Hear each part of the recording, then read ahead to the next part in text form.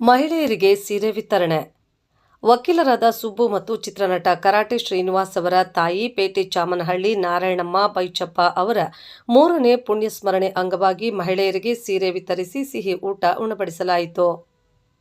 ಈ ಸಂದರ್ಭದಲ್ಲಿ ಮಾತನಾಡಿದ ವಕೀಲ ಸುಬ್ಬು, 3ನೇ ವರ್ಷದ ಪುಣ್ಯ ಸ್ಮರಣೆಯ ಅಂಗವಾಗಿ ನಮ್ಮ ತಾಯಿಯವರ ಆಶೋತ್ತರಗಳನ್ನು ಮತ್ತು ನಮಗೆ ಅವರು ಹಾಕಿಕೊಟ್ಟ ಮಾರ್ಗದರ್ಶನಗಳನ್ನು ಮತ್ತು ಪರೋಪಕಾರಿ ಜೀವನವನ್ನು ಎಂದಿಗೂ ನಡೆಸಿಕೊಂಡು ಬಂದಿದ್ದೇವೆ.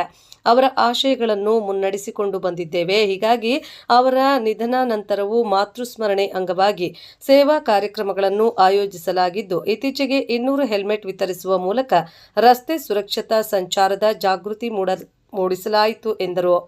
ವಕೀಲ ಮಂಜುನಾಥ್ ಮಾತನಾಡಿ, ಕಷ್ಟದಲ್ಲಿರುವ ಮಂದಿಗೆ, ಹಸಿದವರಿಗೆ ನೆರವು ನೀಡುತ್ತಿದ್ದ ತಾಯಿ ನಮಗೆಲ್ಲ ಪ್ರೇರಣೆಯಾಗಿದ್ದು, ಕಡು ಕಷ್ಟದಲ್ಲೂ ಅಗತ್ಯವುಳ್ಳವರಿಗೆ ನೆರವು ನೀಡುತ್ತಿದ್ದರು ಎಂದರು. ಈ ಕಾರ್ಯಕ್ರಮದಲ್ಲಿ ಮಂಜುಳಾ, ಸುಗುಣ, ವಿನೋದ, ರಾಮಣ್ಣ, ಶ್ರೀನಿವಾಸಪುರ ಪ್ರಸಾದ್, ವಕೀಲರ ಸಂಘದ ಉಪಾಧ್ಯಕ್ಷ ಸುಬ್ರಹ್ಮಣಿ ಹಾಜರಿದ್ದರು.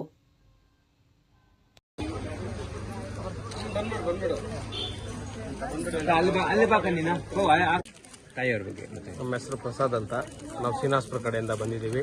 ಇಲ್ಲಿ ಓದೋದಕ್ಕೆ ಬಂದು ಈ ಒಂದು ಮನೆಯಲ್ಲಿ ಇವರೊಂದು ವಿಶ್ವಾಸದಲ್ಲಿ ಇಲ್ಲಿ ಸೇರಿಕೊಂಡು ನನ್ನನ್ನು ಅವ್ರ ಮಕ್ಕಳಿಗಿನ್ನ ಹೆಚ್ಚಾಗಿ ಸಾಕಿ ನನ್ನ ಒಂದು ದಾರಿ ಇವತ್ತು ಒಂದು ಲೆವೆಲಾಗಿ ಬದುಕಬೇಕು, ಒಂದು ಎಜುಕೇಷನ್ ಮಾಡಬೇಕು, ಒಂದು ಉದ್ಯೋಗಕ್ಕೆ ಸೇರಬೇಕು ಅಂದರೆ ಆ ತಾಯಿ ಇಟ್ಟಿರ್ತಕ್ಕಂಥ ಕೆಲವು ಹಿತನುಡಿಗಳಿಂದಾನೇ ಇವತ್ತು ನಾವು ಚೆನ್ನಾಗಿದ್ದೀವಿ.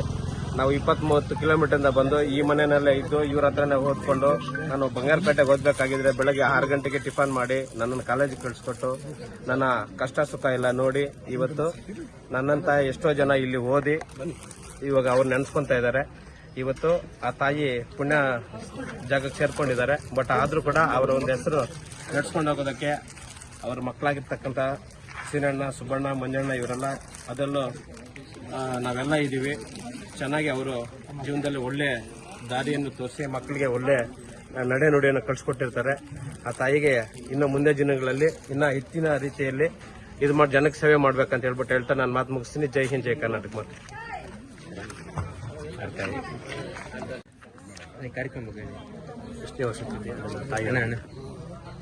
ನಮಸ್ಕಾರ. ಇವತ್ತು ಏನು ನಮ್ಮಮ್ಮ ನಾರಾಯಣಮ್ಮನವರ 3ನೇ ವರ್ಷದ ಪುಣ್ಯಸ್ಮರಣೆ ಕಾರ್ಯದ ನಿಮಿತ್ತ ಏನೋ ಒಂದು ನಮ್ಮ ತಾಯಿ ಸಮಾನರಾದ ಎಲ್ಲ ಹೆಣ್ಣು ಮಕ್ಕಳಿಗೂ ಸೀರೆ ವಿತರಣೆ ಕಾರ್ಯಕ್ರಮ ಮತ್ತು ಅದಾದ ನಂತರ ಊಟದ ಕಾರ್ಯಕ್ರಮ ಇಟ್ಕೊಂಡಿದ್ದೀರಿ. ಏನೋ ಒಂದು ನಮ್ಮ ತಾಯಿಯವರ ಒಂದು ಮಾತುಗಳು ಮತ್ತು ಹೆಂಗೆ ಬದುಕಬೇಕು, ಕಷ್ಟದಲ್ಲಿ ಬಂದವ್ರಿಗೆ ಕಷ್ಟಕ್ಕೆ ಆದ್ಕೊಳ್ಳೋದು ಮತ್ತು ಹಸುವಿನಿಂದ ಬಂದವ್ರಿಗೆ ಊಟ